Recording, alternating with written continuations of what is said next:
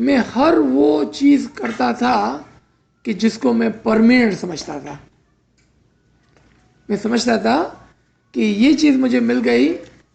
تو میری زندگی بن جائے گی، لیکن یہ تو زندگی تھی ہی نہیں، بلکہ یہ تو صرف اور صرف ایک خواب تھا. اور حقیقی اور اصل زندگی تو اب ہے. اب میں اپنے خواب سے اٹھ گیا ہوں اور اب میری حقیقی زندگی شروع ہوئی ہے. اور وہ اپنے آپ پر ہنستا ہے کہ میں کس طرح سے اور کیا کیا میں نے نہیں کیا، اچھا یا برا. لوگوں کے حق میں نے کیا اچھا کیا اور کیا برا کیا، اس پر وہ ہنستا ہے اور اس پر وہ روتا بھی ہے. کیوں روتا ہے وہ کہتا ہے کہ میں نے ایک ایسی چیز کہ جو پرماننٹ نہیں تھی، ایک ایسی چیز جو میرے ساتھ نہیں آنے والی تھی، ایک ایسی چیز کہ جس کی مجھے حقیقت پتہ نہیں تھی، اس کے پیچھے میں نے کتنی بھاگ دوڑ کی اور کتنا وقت ضائع کیا. اگر میں اس کی جگہ پر کوئی ایک یا دو اچھے اعمال کر لیتا تو وہ میرے ساتھ آج ہوتے، ورنہ وہ اس بات پر روتا ہے کہ میں نے اپنی ساری زندگی جو ایک خواب کی مانند تھی وہ صرف ہائے ہو کرتے ہوئے نکال دی اور اپنے ساتھ کچھ بھی نہیں لایا. اور جو بھی میں نے ناسمجھی کے اندر جمع کیا تھا وہ سب کا سب مجھے پیچھے چھوڑنا پڑا. کیونکہ اگر خواب میں آپ کو بہت سارے پیسے مل جاتے ہیں، خواب میں آپ کو بہت سارا مقام مل جاتا ہے، یا جو بھی آپ کو مل جاتا ہے، جب آپ خواب سے اٹھتے ہیں تو وہ آپ اس کو ساتھ میں نہیں لاتے ہیں. اگر آپ نے خواب میں کوئی کھانا کھایا بھی تھا تو آپ کا ظاہر میں کوئی پیٹ نہیں بھرا ہوتا ہے. خواب میں اگر کوئی چیز حاصل کی ہوتی ہے تو اٹھتے ہوئے کچھ بھی آپ کو نہیں ملتا ہے، اور وہ سب کا سب اسی کے اندر رہ جاتا ہے. اور یہ فیلنگ کے ساتھ، اس ادراک کے ساتھ اور اس سوچ اور سمجھ کے ساتھ وہ حقیقی معنوں میں اپنی روح کے ساتھ زندہ ہو جاتا ہے. اور پہلے جو اس کی زندگی تھی وہ صرف ایک خواب کی مانند اس کے پیچھے رہ جاتی ہے. اب یہاں پر میں ایک خود سوال کرتا ہوں، کیا اس خواب کے اندر کوئی ایسی چیز تھی اس کے پاس جو اس کے ساتھ رہ گئی؟ تو سب سے پہلے ہم ایک ایسے شخص کی بات کریں کہ جو مسلمان بھی نہیں ہے. اگر اس نے اپنے وعدے کے مطابق، جو اس نے پیدا ہونے سے پہلے خداوند تعالیٰ سے وعدہ کیا تھا کہ میں دنیا میں ایک اچھا انسان بن کر رہوں گا، اور اس انسانیت کے ناطے سے اگر اس نے کوئی اچھا کام کیا تھا جس کی وجہ سے خداوند تعالیٰ کے اس خلقت کے اندر کسی کو خوشی پہنچی تھی، تو وہ بات اس کو یاد رہ جاتی ہے، اور وہ چیز اس کے ساتھ رہ جاتی ہے ایز اے خوشی، as a happiness, as a pleasure اس کے ساتھ رہ جاتی ہے، اور اس کی روح کو وہ خوشی پہنچاتی ہے. ایک مسلمان کہ جس نے خداوند تعالیٰ کے حکم کے مطابق اگر کوئی اچھا کام کیا تھا، لیکن شرط یہ ہے کہ اس نے امام کے خلاف کوئی برا کام نہیں کیا تھا،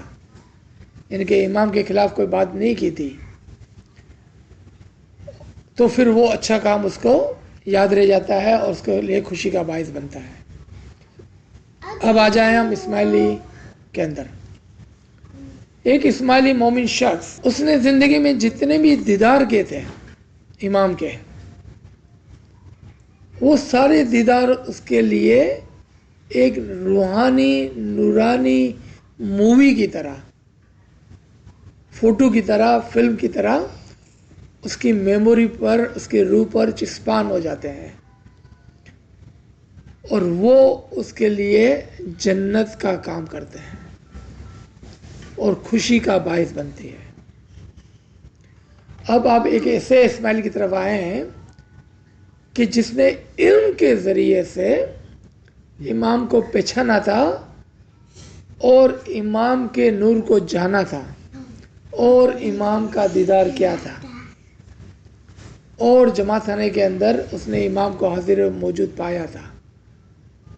تو اس کے اعمال نامے کے اندر، یعنی کہ اس کی روح کی میموری کے اندر اتنی زیادہ خوشی کی چیزیں، اتنے اچھے اعمال نامے لکھے گئے ہوتے ہیں کہ اس کی جنت جو ہے وہ بہت بڑی، یعنی کہ وائڈ، کشادہ اور بہت لمبی ہوتی ہے، یعنی کہ وہ اس خوشی کو بار بار حاصل کرتا ہے، وہ اس دیدار کو بار بار دیکھتا ہے اپنی روحانی مووی کے اندر۔ ہر وہ اچھا عمل جو اس نے اپنی زندگی کے اندر کیا تھا، وہ امام کے حکم سے، امام کے فرمان کو سمجھتے ہوئے وہ اس کے لیے جنت کا کام کرتے ہیں۔ اب اس کا جو سفر ہے امام کی طرف، کیونکہ مرنے کے بعد ابھی صرف سفر شروع ہوا ہے امام کی طرف، اور اس سفر میں وہ اپنے ساتھ جو گٹھری باندھ کے لے آیا تھا اچھے اعمال کی، امام کے دیدار کی، اور ہر وہ اچھی چیزوں کی کہ جو اس نے امام کے فرمان کے مطابق سمجھ کے کی تھی، وہ اس کو خوشی خوشی کھاتا ہے، خوشی خوشی اس کو یوز کرتا ہے، وہی اس کے لیے ایک روشنی کا کام بھی کرتا ہے، وہی اس کے لیے ایک صراط المستقیم کا بھی کام کرتا ہے، اور وہ اس راستے پر جلدی جلدی جلدی چلتا ہے اور امام کی طرف سفر کرتا ہے، اور امام کے دیدار کو بہت ہی جلدی پہنچ جاتا ہے، اور اس سفر میں بھی وہ دیدار جو اس نے زندگی میں کیے تھے اس کو یاد آتے ہیں، اور وہ خوشی خوشی اس دیداروں کو یاد کرتے ہوئے شادمانی سے اس سفر کو طے کرتا ہے، اور آخر میں جب وہ منزل پہ پہنچتا ہے تو وہاں پر اس کو حقیقی نورانی دیدار جس کے لیے دعا کی گئی تھی وہ اس کو مل جاتا ہے، یعنی کہ وہ اصل میں واصل ہوتا ہے اور اس کو حقیقی نورانی دیدار حاصل ہوتا ہے۔ یہ حال ہے مرنے کے بعد جو ایک مومن کے لیے ہے، اور یہی حال ہے ان کا کہ جو امام کو نہ سمجھنے کی وجہ سے سفر میں سلو ہو جاتے ہیں، سفر میں ان کے پاس کوئی اچھی چیز نہیں ہوتی، نہ دیکھنے کے لیے، نہ کھانے کے لیے، نہ سمجھنے کے لیے، اور پھر وہی سفر اس کا ایسا ہے جیسا 50,000 سال کا سفر۔ اور جو مومن نے اچھے اعمال کیے ہیں اس کے لیے یہی سفر ایسا ہے جیسا وہ ایلیویٹر میں بیٹھتا ہے اور وہ ایلیویٹر ایک دم سے اس کو امام سے قریب سے قریب سے قریب لے جاتی ہے، اور اس کے پیچھے جو دعائیں ہوتی ہیں ہر دعا کے ساتھ اس کو ایک پش ملتا ہے، ایک بوسٹ ملتا ہے، اور وہ جلد سے جلد امام کی طرف کا سفر طے کرتا ہے۔ اور یہ احوال ہے ایک موت کے بعد کیا ہوتا ہے کسی روح کا۔ جی یا علی مدد۔